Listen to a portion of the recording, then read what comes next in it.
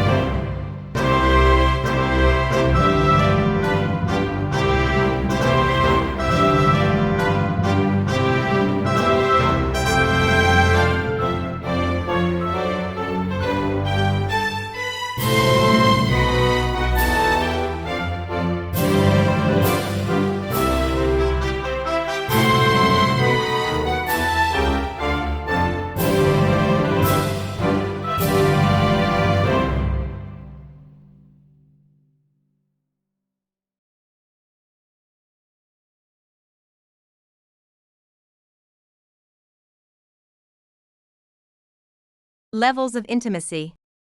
Marriages have the potential to be satisfying and grow in various levels of intimacy. There are 8 levels of intimacy that can be achieved throughout the lifetime of one's marital relationship. However, it is up to the couples to prioritize their intimacy levels, knowing that unless 3.5 levels of intimacy are achieved, they have built an empty shell marital relationship. In such a relationship, they live together like roommates sharing bills. The 8 levels of intimacy are as follows: spiritual intimacy, affectional intimacy, emotional intimacy, intellectual intimacy, physical intimacy, social intimacy, sexual intimacy. To summarize briefly, spiritual intimacy is an ongoing process of being open and honest in sharing with each other whether or not your thoughts have been shaped by spiritual ideals and what are those spiritual ideals, and whether or not you are increasingly open-minded to new spiritual experiences. Affectional intimacy is communicating thoughts and feelings and sharing with your partner experiences and stories about your day-to-day lives. Thinking that your female energy partner should know how you feel is similar to a partner withholding sex from the male energy partner. Just as sex to a male energy partner is like insulin to a diabetic, so is affection expressed verbally and non-verbally to a female energy partner. Emotional intimacy is be open, honest, and truthful about your feelings and emotions, not clamping up because your partner becomes tearful and you assume the tears mean sadness and feeling hurt. Get feedback as to what the tears mean, as sometimes tears could mean tears of joy or tears of anger or tears of manipulation to force you to do what the tearful partner wants. Emotional intimacy also involves taking responsibility for your part in a problem and saying, "I am sorry." Aesthetic intimacy is sharing beautiful moments together, and it doesn't have to cost money, for example, waking along the moonlit beach. Intellectual intimacy revolves around sharing and discussing ideas, feelings, and thoughts that are beyond the mundane. It could be about your political leanings even when you do not share the same ideas and beliefs, or favorite sports teams. Physical intimacy is both of you engaging in a sport or a hobby and enjoying doing that, something that both of you have a common interest in. Social intimacy is sharing time and enjoying the company of common friends. However, if you notice that you spend more time in the company of others than you do with each other, you need to explore this further, as sometimes this is triangulation. Triangulation is enlisting the company to put some space in your togetherness, because there is too much tension being alone together. Sexual intimacy is being open and honest about one's sexual fantasies or fears concerning sexual intimacy. While sexual intimacy is only one level of intimacy to be achieved in marriage, very often the frequency of having sex and the level of sexual satisfaction can be a good thermostat of the overall level of marital satisfaction you enjoy. Exercise 1. List the positive traits of your partner that you find attractive. Now, list the negative traits of your partner. Traits you find frustrating and unattractive. Consider that sometimes it is hard to identify negative traits because one is dazed by feeling madly in love, but choosing not to see the character flaw or choosing to minimize an obvious flaw in marriage, living with the flaw or flaws will batter your love.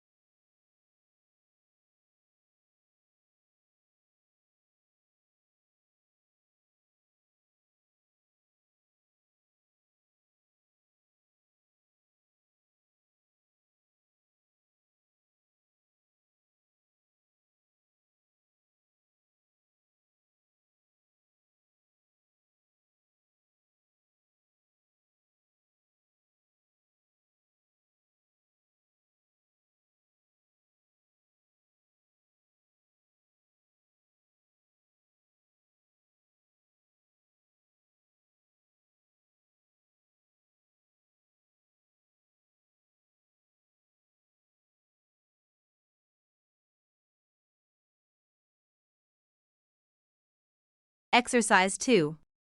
Review your responses in Exercise 1. Go back into your memory bank, preferably pre-9-year-old. Examine each trait for similarities between your parents or caregivers. Can you identify which parent/caregiver each trait reminds you of? Make that notation beside each trait in your partner, if any. Now switch lists. Your partner could disagree with the trait profile, or the degree to which you have painted them positively or negatively. Very often a person can be unaware of how he or she comes across to another, and very often you attach a stronger than reality degree of pain or pleasure to a trait because of your childhood memory. In doing this exercise, you will likely discover that your intended spouse has a degree of similarity to your caregivers and has at least one negative trait of the caregiver with whom you had the most difficulty. Before we go much further, I must introduce an important concept that will run through the 5 core requirements. The concept is the 80:20 rule. 80% of your natural reaction to your partner is usually triggered by an unconscious childhood experience, while only 20% truly comes from the situation at hand. In other words, 20% of the experience of the moment is a trigger for 80% of your reaction. For example, a couple I met with on the verge of divorce had come to me following a huge fight. During the fight, the husband tried to leave the home, and the wife grabbed his hands, continuing the fight closer to his face. I asked them to stay in that moment, and then remember a time in their early childhood when they felt as they did at that moment. The husband said he felt that when his wife held on to him, he felt trapped just as he did when abusive grandfather was on a tirade and he felt incapable of escape. The wife, in response, said, when her husband started to leave the home during the fight, reminded her of when her mother abandoned the family and was never there. 20% of that fight was about the issue that caused it, but 80% of their reaction to each other was triggered by the unconscious early childhood memories of being trapped and of being abandoned. To solve this situation, both promised that should they have another incident, she will not hold on to her husband and allow him husband to leave the home to cool off, and he would leave to cool off with her knowing he promised to return.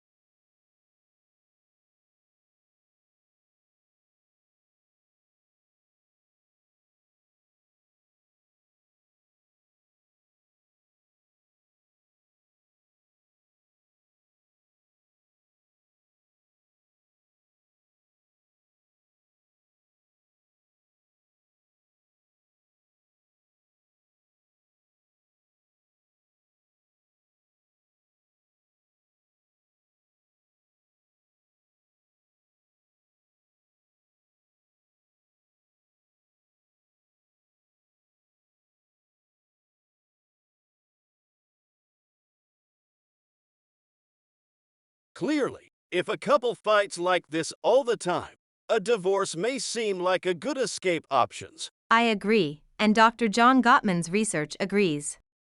Dr. John Gottman and his research team pursued the truth about what tears a marriage apart or binds it together. They conducted extensive, sound, scientifically based experiments with the help of 2,000 married couples whom they studied over the course of 2 decades. The outcome of Dr. John Gottman's work is summed up in what he calls a magic ratio for marital success.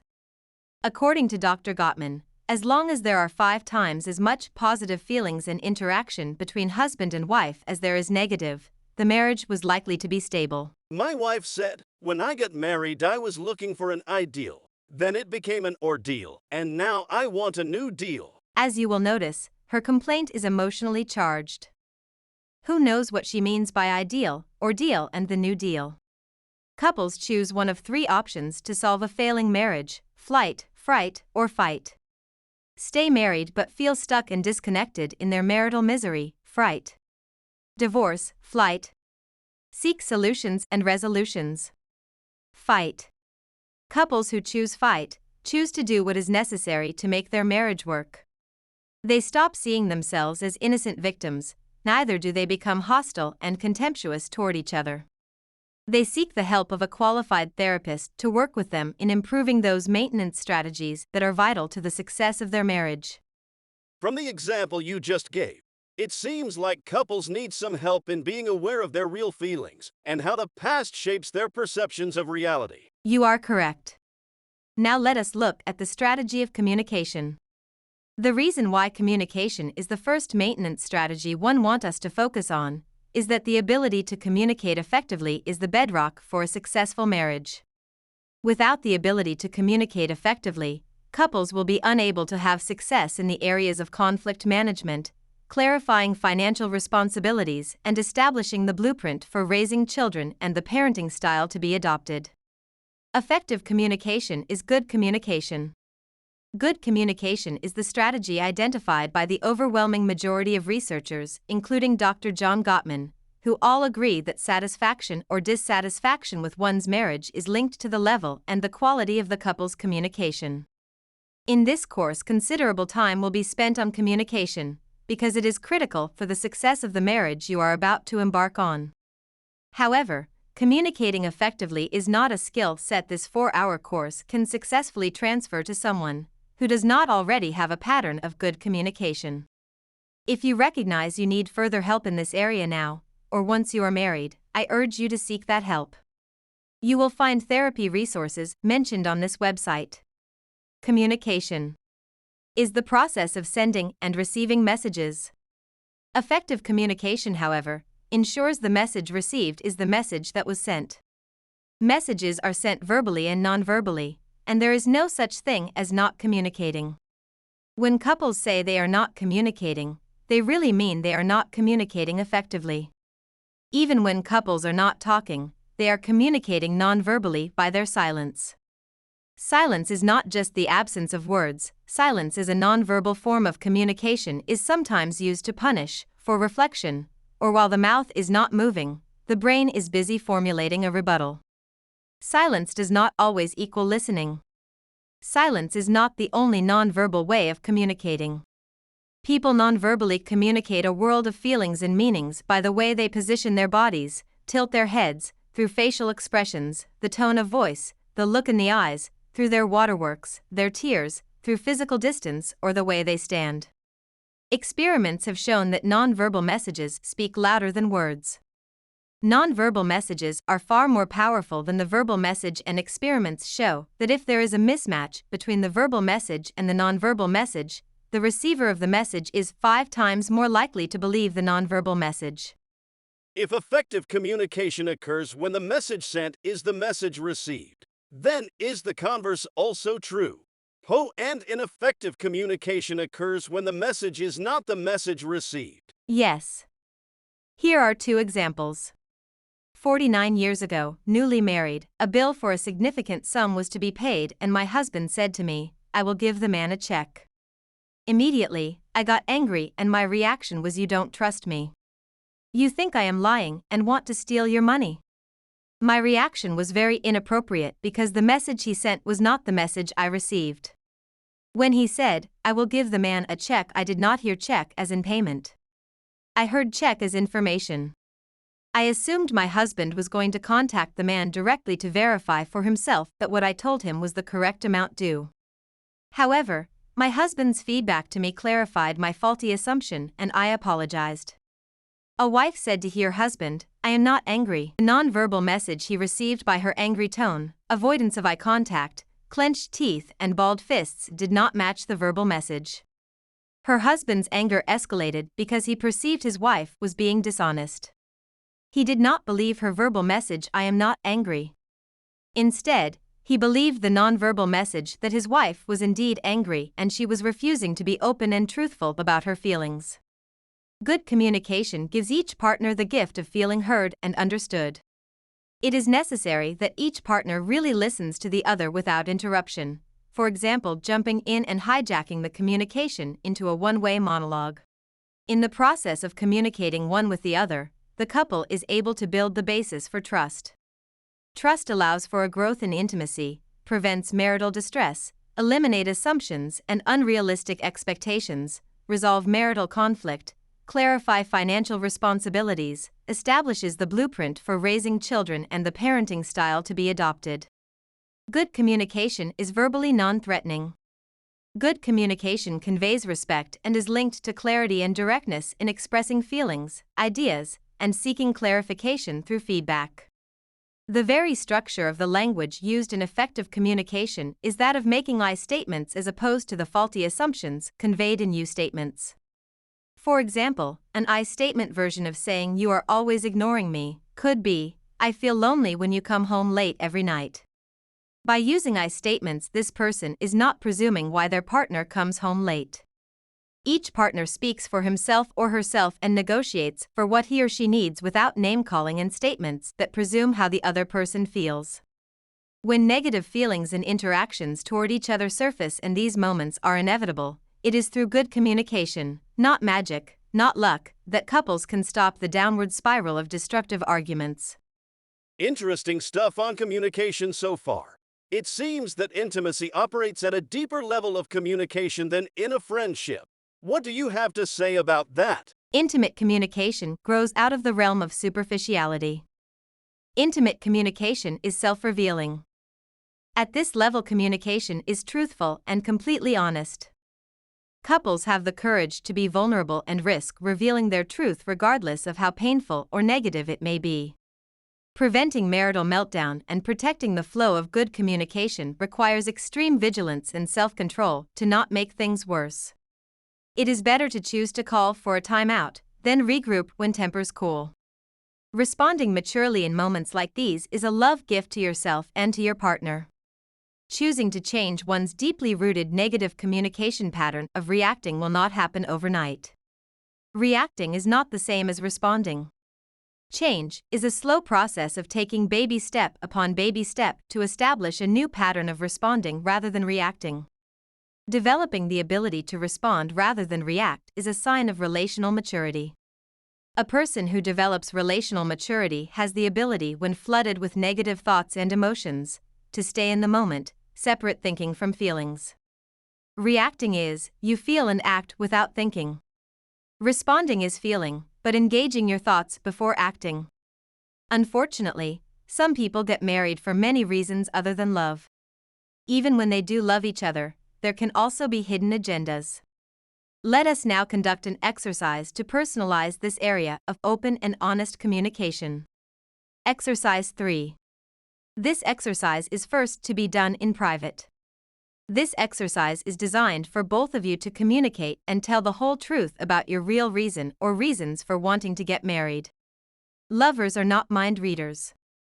To choose to enter into marriage with a hidden agenda is to court disaster, for you are choosing to build your lives of togetherness on a faulty foundation.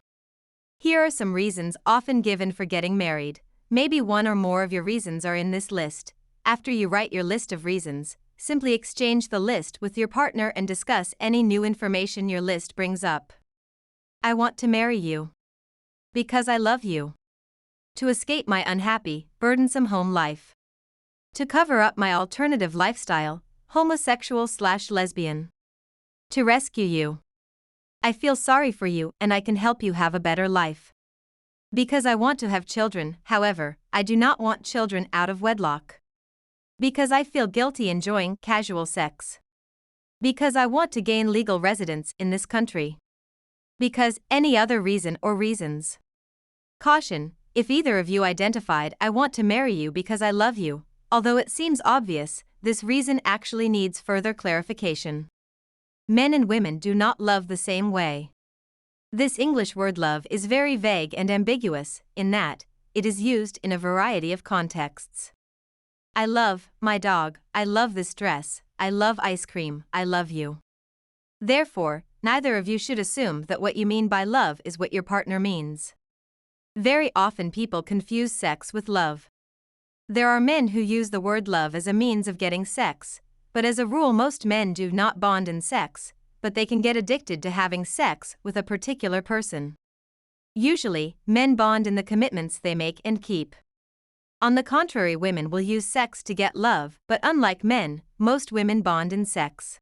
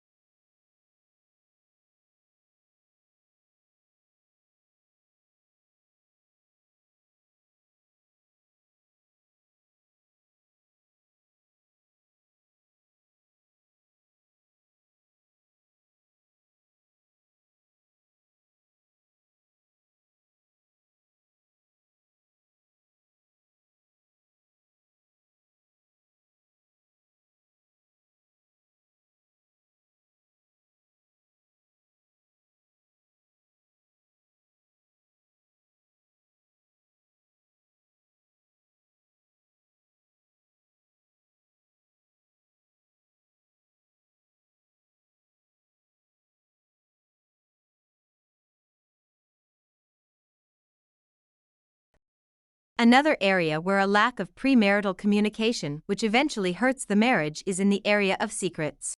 Exercise 4. Communicate now any secret your partner has a right to know. To help you with this exercise, below is a list of some secrets that left unsaid could create untold problems in the future, and the secrecy surrounding the issues will lead to distrust and the inability to enjoy the highest levels of intimacy. Caution: make a distinction between what is in the realm of privacy and what is a secret. What belongs in the realm of privacy would be an issue or issues that have no relevance or importance to the marital relationship. An example of a privacy issue would be a past relationship. The relationship is over and done with. Clearly, this is a privacy issue, and there is no need for the intended spouse to have access to the details of that relationship. Another example would be an arrest if the charges were expunged. This is a non-issue and you don't need to reveal it unless you want to. However, the realm of secrets involves in issues that are relevant, but they are deliberately withheld. There are various secrets that can have serious divorce-inducing damage on marriages, such as: I do not want to have children. I already have children I have not told you about. I have a past medical history that could be debilitating later. I have a family history of mental illness/handicap. I have significant outstanding debt. I have a criminal history. If you believe this secret will destroy your marriage, then, left untold, your marriage will be as sick as your secrets. Inability to trust your intended spouse and communicate openly and honestly is a very serious, unloving behavior. If prior to marriage you are unwilling, or too fearful to be open and truthful, marriage will not make things easier. Based on the premise that the best predictor of future behavior is past behavior, if prior to getting married either of you choose to keep a secret that could jeopardize your future together, your silence could indicate that either you have a character flaw and will continue to be secretive in your marriage, or you don't really trust your partner and have a great fear. If you cannot trust your partner before marriage, you should probably rethink getting married.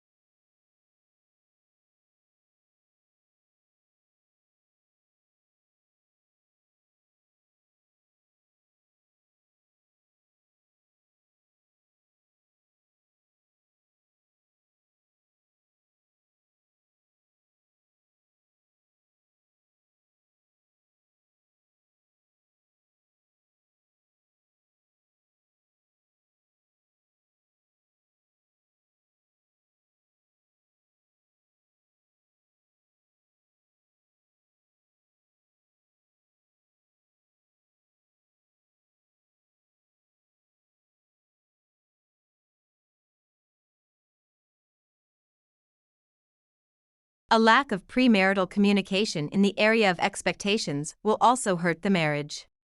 Your expectations will be the standard by which you can measure your level of satisfaction or dissatisfaction with your marriage.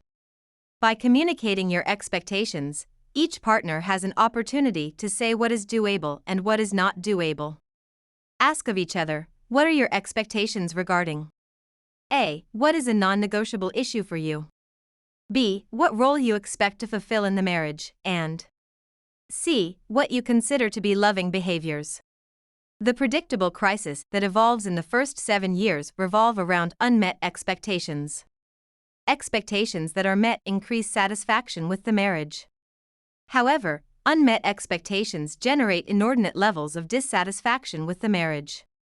If you as a couple do not communicate with each other what your expectations are, you will not be able to effectively negotiate this predictable crisis. Communicating your expectations is an important strategy to prevent the avoidable pains caused by the erroneous belief that if you loved me, you would know what will make me happy. A. Non-negotiable issue. After the magic and wonder of the honeymoon stage is over and routine sets in, couples usually find that innumerable issues surface and cause one to second-guess the suitability of his or her spouse. Unfortunately, too many couples will choose divorce instead of getting professional help to find solutions to their marital problems. Ironically, many discover afterward that divorce did not solve the problems it was meant to solve, and even created more problems, especially when children were involved. Marriages require compromise. However, there are going to be some issues which represent an area that either of you will not compromise or negotiate. That is your non-negotiable issue. Anything you choose to forgive is forgivable, but a non-negotiable is a boundary line from which forgiveness is extremely difficult, maybe even impossible. Prior to getting married, both of you should communicate with clarity and directness what for you constitutes a non-negotiable issue. By communicating upfront what is for each of you a non-negotiable issue, you should make the commitment to each other not to constantly threaten the marriage by using the D for anything else. Ideally, the non-negotiable issue should be limited to one issue, but definitely no more than 2. All other issues that will pop up over time, you should commit to working through. Of interest, it should be pointed out that invariably, what a person isolates as being a non-negotiable issue often is linked to painful past experiences. For example, a non-negotiable issue may be domestic violence or having an extramarital affair. A client of mine surprised me when she told her intended spouse what was her non-negotiable issue. For her is, if he had a child outside of the marriage, that was for her non-negotiable. It was her preference that he did not engage in an extramarital affair, but having a child outside of the union was unforgivable.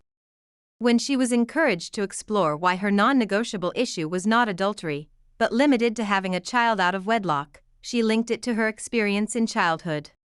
Her story was that her father had many affairs. His philandering was a big problem, however, the real issue of contention in their home was the children he fathered. She said, what added insult to injury, her mother ended up taking 2 of those children in the home, and the children were a constant thorn in the flesh for her mother and for herself. B. Role expectation. Prior to the rise of the feminist movement in the 70s, when traditional marriages were stable and divorce was a scandal, the question as to what one expects his or her role to be in the marriage would never have come up for consideration. Men were respected as head of the household, the undisputed president. Women were cherished for their feelings, the supporting partner, the vice president. Dr. Patricia Allen, in describing the rigid roles played by husbands and wives in traditional marriages, said, and I quote, "In those days, churches, ethnic groups, and cultures ordered us to behave in certain ways. That is, men with penises shall give to, protect, and cherish people without penises. Women, without penises, shall passively wait for and respond to men." However, in this post-feminine era, this is no longer the norm. Women have embraced the tenets of feminism and liberated themselves from the rigid feminine role expectations of the past. At the same time, men also began to get in touch with the repressed feminine, feeling side of their nature. Biologically, men and women both have testosterone and estrogen in varying levels based on their gender. Testosterone drives the logic while estrogen drives the emotion. Motivated by their feminine, feeling side, men are becoming more loving, gentle, and sensitive, and some have even become passive, willing to be the one who stays home while the wife goes to work. What has emerged is that women are aggressively competing with men in the world of work, pursuing careers that formerly were considered exclusively male-dominated. Some women, in their pursuit of money, power, and status, have become very strident and unwilling to be a submissive partner in the marriage. However, there are women who see themselves as women with careers, not career women. As women with careers, their relationships take precedence over their careers, and career women, their careers take precedence over their relationships. Ask yourself, what is my dominant need? To be respected for my thoughts or cherished for my feelings? If you find yourself starting sentences with I want and I think, this is a clue that your dominant need is to be respected for your thoughts, and the role that probably best suits you is that of the president. If you find yourself starting sentences with I don't want and I feel, this is a clue that your dominant need is to be cherished for your feelings, and the role that probably best suits you is that of the vice president. When couples maintain their different roles, they establish an equitable relationship. An equitable relationship is a trade-off that allow each partner's dominant need to be met. Those men and women who constantly vacillate from a need to be respected to a need to be cherished for their feelings will create role confusion and send mixed messages. Rather than complement each other, they compete in the same arena. An example comes to mind of a couple on the brink of divorce where the roles were not clearly defined, and both partners were competing for the role of president. My client stated, "My wife is very demanding and I ain't going let no woman power over me. Every time she makes her demands, I do the very opposite, so no wonder we are constantly fighting and don't have no peace in our home." Choosing opposite roles is a choice to relate in an exchange of opposite energies so as to bring balance in the marital relationship and prevent either partner competing for or trampling on the other. Such a relationship in which there is an exchange of opposite energies is an equitable relationship. C. Loving behavior expectations. The faulty assumption that if you love me you would know what makes me happy leads to disillusionment. The stuff we do to demonstrate our love only communicates that message of love when it is the stuff that your partner translates as love in their mind. For example, a therapist had a couple in marriage counseling and gave an assignment to the husband to do one loving behavior for his wife before the next week's session. When the therapist asked him to tell his wife what the loving behavior was that he did for her that week, he stated, "I washed her car." Her husband was deflated when he heard from his wife that she did not consider his act of service to be a loving behavior. Washing the car was something she could have done herself through the car wash. When the therapist suggested that the wife communicates to her husband what is her loving behavior, she said, "An act of love is quality time. If my husband had given me 30 minutes of his undivided attention instead of spending those minutes washing my car, I would have felt loved." If you were to envision marriage as an emotional bank and equate loving behaviors and unloving behaviors to deposits and withdrawals, it would become evident that much like what happens in a financial bank account, if the withdrawal exceeds the deposits, the account becomes overdrawn. Maybe even bankrupt. A marriage, the couple's love bank, cannot survive for too long if the withdrawals, that is, unloving behaviors, consistently exceed the deposits of loving behaviors. It is not enough to just stay legally married. Commitment is a daily decision to make deposits in your partner's love bank. Exercise 5. What are your expectations regarding A. What is a non-negotiable issue for you? B. Your role in the marriage. C. What you consider to be loving behaviors.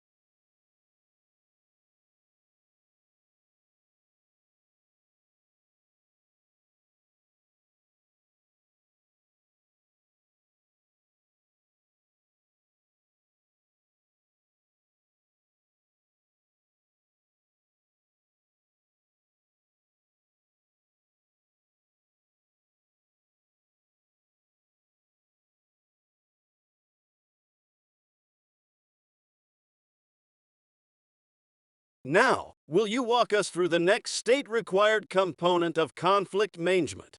Tell us, what is conflict management? Conflict management is simply the way we handle conflict.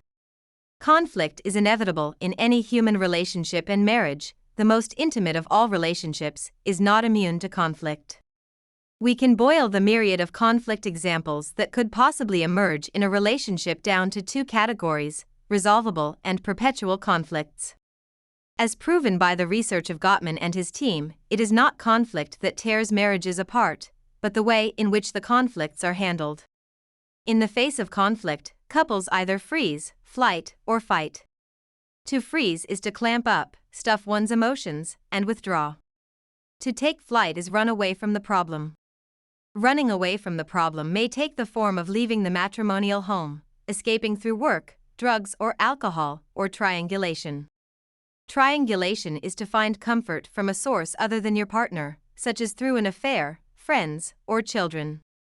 Fighting can be toxic or healthy for the relationship. The toxic form is to bring hostility to your partner through physically exchanged blows, or using emotionally charged abusive language that challenges the very integrity of the relationship. If your goal is to have a successful marriage, then clearly you and your partner should choose to work through conflicts in a healthy way with a view to fight for the marriage. Fighting for the marriage may mean learning some new skill sets to more effectively communicate with your partner, or seeking the help of a professional. This willingness to do what needs to be done on a consistent basis develops relational maturity. Couples who have developed relational maturity have the capacity for tolerance. They have the ability to stay in the moment and separate feelings from thinking and respond appropriately to situations. However, those who fail to develop relational maturity do not have the capacity for tolerance, and when overwhelmed by negative feelings, their overreaction to situations seem unreasonable. Exercise 6. Together, reflect on a past conflict or conflicts. If you have not had a conflict between you, think of a conflict you have had with a close friend or family member. Stay focused on how it was handled and your feelings in that moment. Is your pattern of conflict management freeze, fight, or flight? This exercise is an activity to rediscover how you both handle conflict and can promote self-awareness.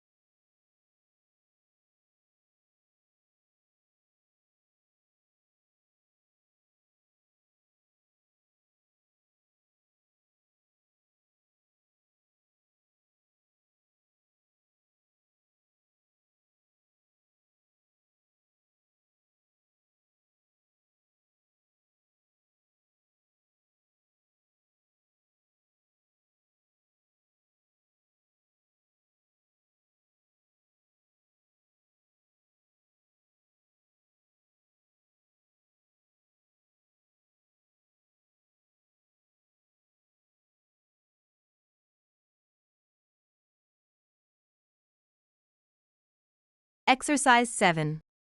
Now, re-examine the same conflict identified in Exercise 6. In light of the 80:20 rule discussed earlier, would you say 20% of your intense negative reaction had to do with the current situation, while 80% belonged elsewhere? That 80% could represent a past hurt, a past unresolved anger issue, or a suppressed, unconscious pain from childhood. The level of psychological wounding, or, as we say, the emotional baggage couples carry into their marriage, was often created in the earliest years of a person's childhood. This ends the component on conflict management. Let me now introduce Trudy Bierman of Profitable Stewardship Inc., a financial services agency protecting family and assets. You can learn more about Trudy at www.Profitable Stewardship Inc. Trudy will now walk us through the state-mandated component of financial responsibility.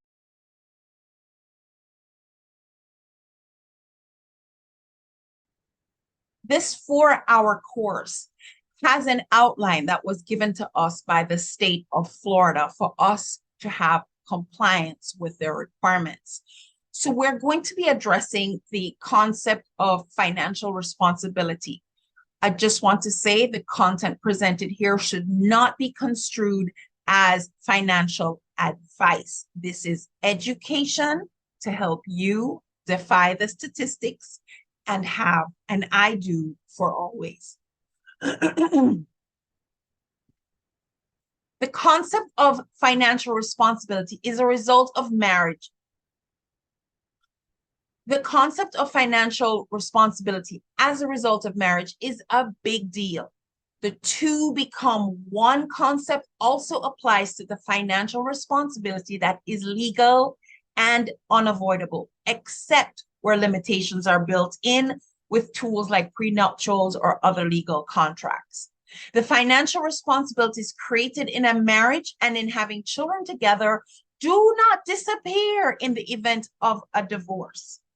Money and spending habits should be addressed before I do. Financial responsibility fully understood and properly handled during marriage will significantly avoid or diffuse potential marriage conflicts. Finances are actually one of the areas of conflicts that brings a lot of people to the divorce court, and it can be totally avoided with upfront agreements and common financial goals and fiscal responsibility. It's easier said than done, because for some of you who have a history of financial irresponsibility, the joining through wedded bliss comes also with the joining of potential financial nightmares.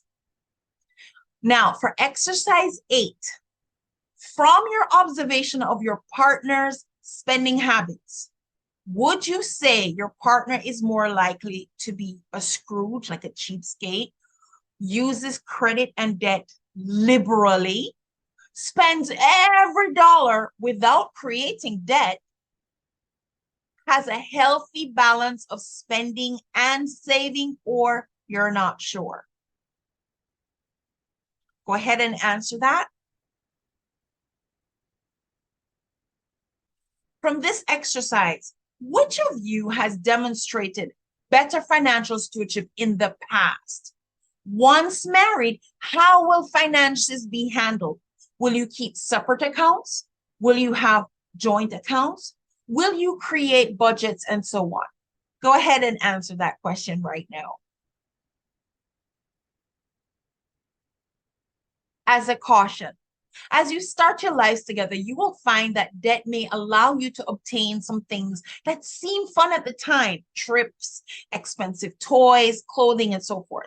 However, as time goes by, the memory of those fun things fade, but the bills start coming in, and the debt strips away the quality of the life experience you could have had.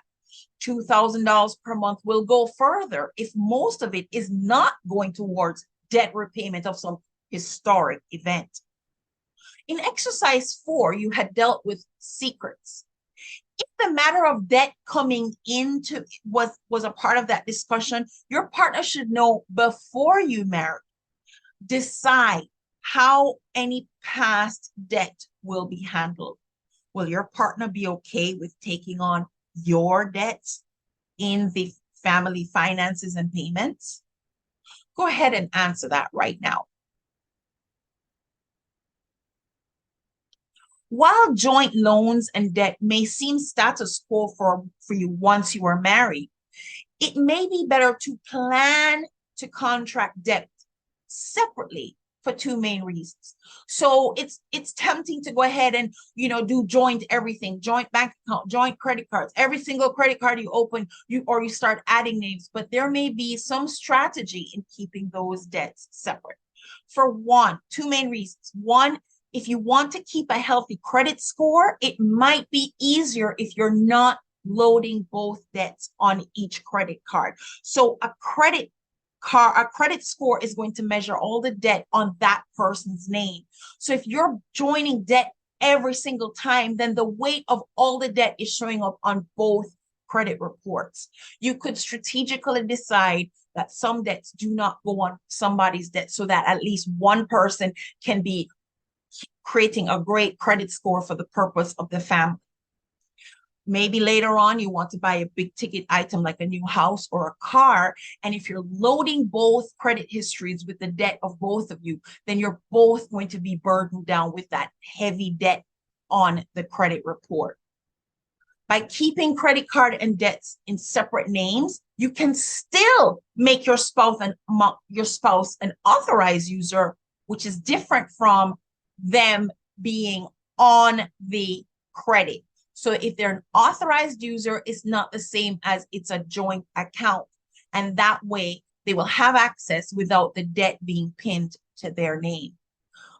But should financial disaster hit later, like the loss of a job, illness, or other crisis, and bankruptcy becomes an option that is necessary for your family, if there is no joint debt, then that bankruptcy will not reflect on both accounts. So that's another good reason to keep at least some of the debt separate.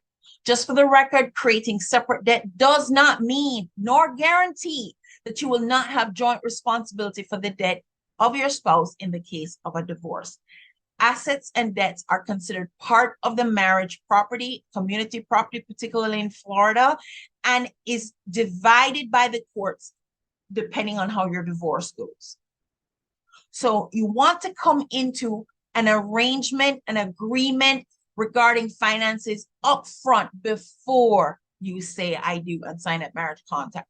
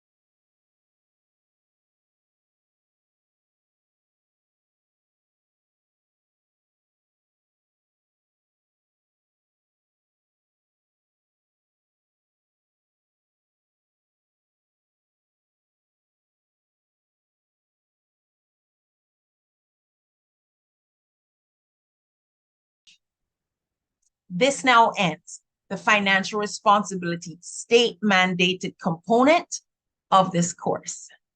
This now ends the component on financial responsibility and brings us to the next state-mandated component on childcare and parenting responsibilities. Children and parenting responsibilities. One of the features of modern-day marriages that differ from the traditional nuclear family is the choice of couples to defer childbearing, and some choose not to have children.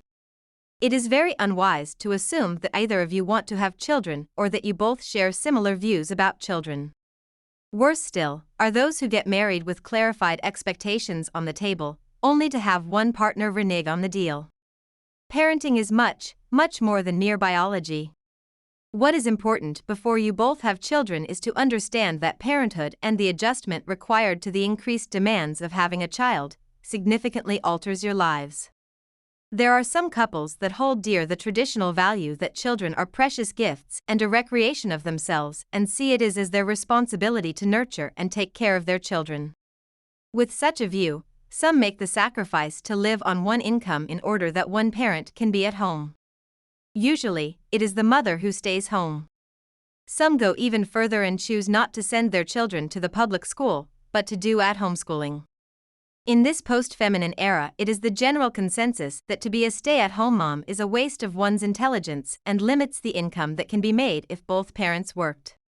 With both parents working, it is a widely accepted phenomenon to utilize full-time day care facilities for infants and children, after-school programs for elementary school-aged children, and a growing number of older children are the unsupervised latchkey kids.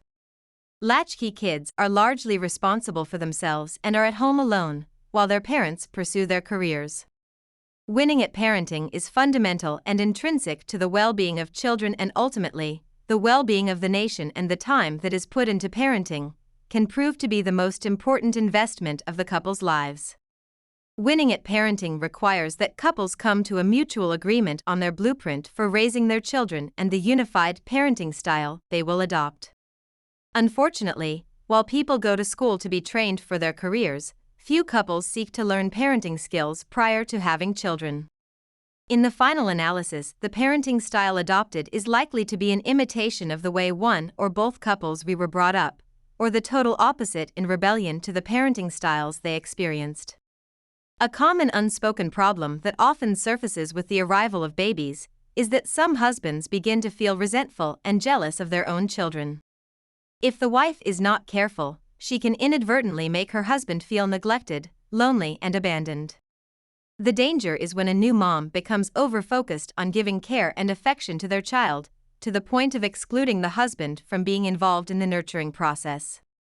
If a husband's reaction is to freeze and clamp up without communicating honestly and truthfully about how he feels to negotiate for change, this can become a recipe for marital disaster.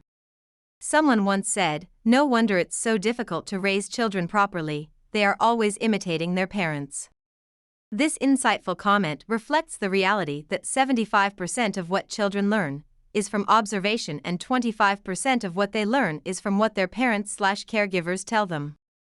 However, if what caregivers tell them is not modeled, they believe what they see.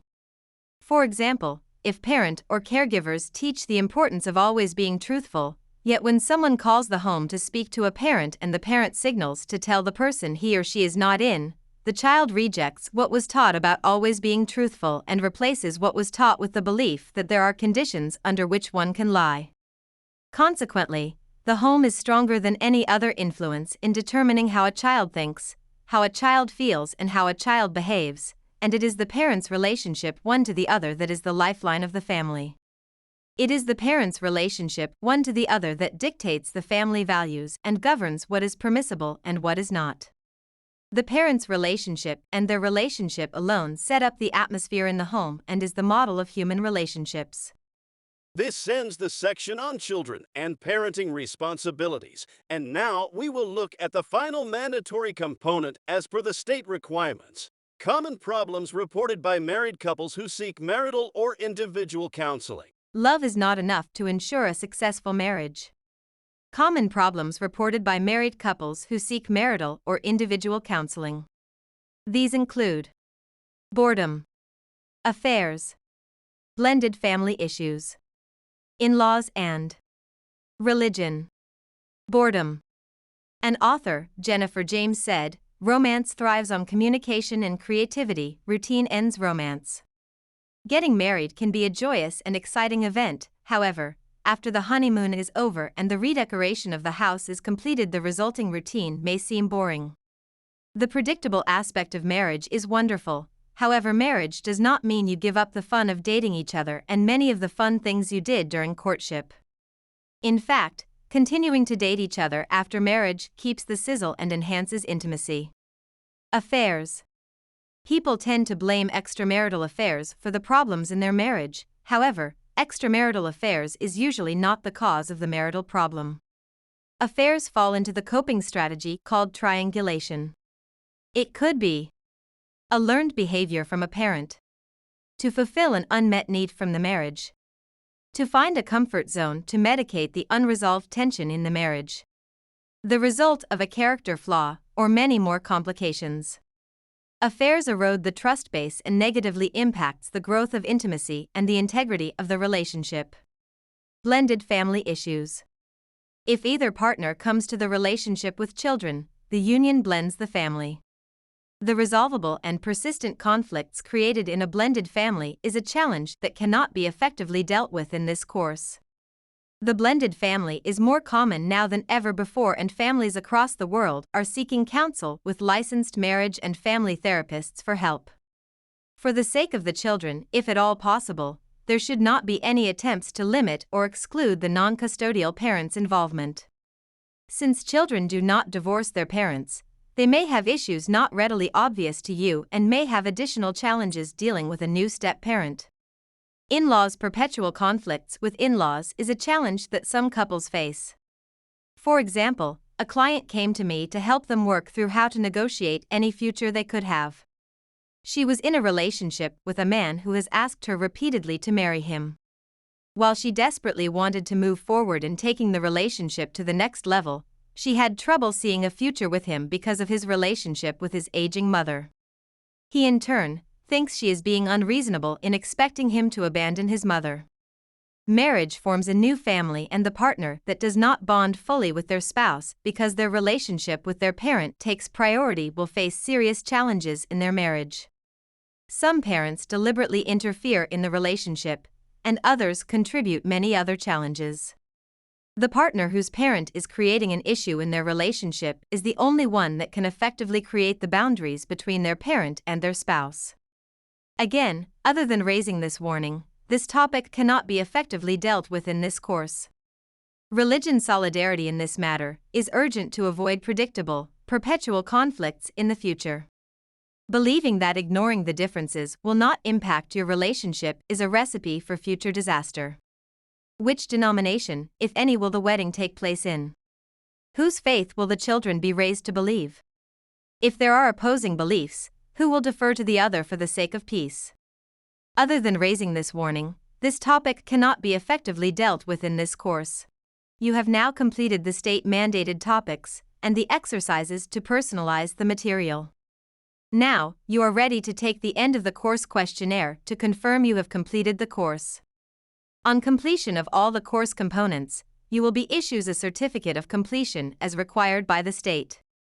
This certificate is what you turn in when you go get your marriage license, and it will identify you as having received instructions via Media Tools Online regarding this statutory requirement.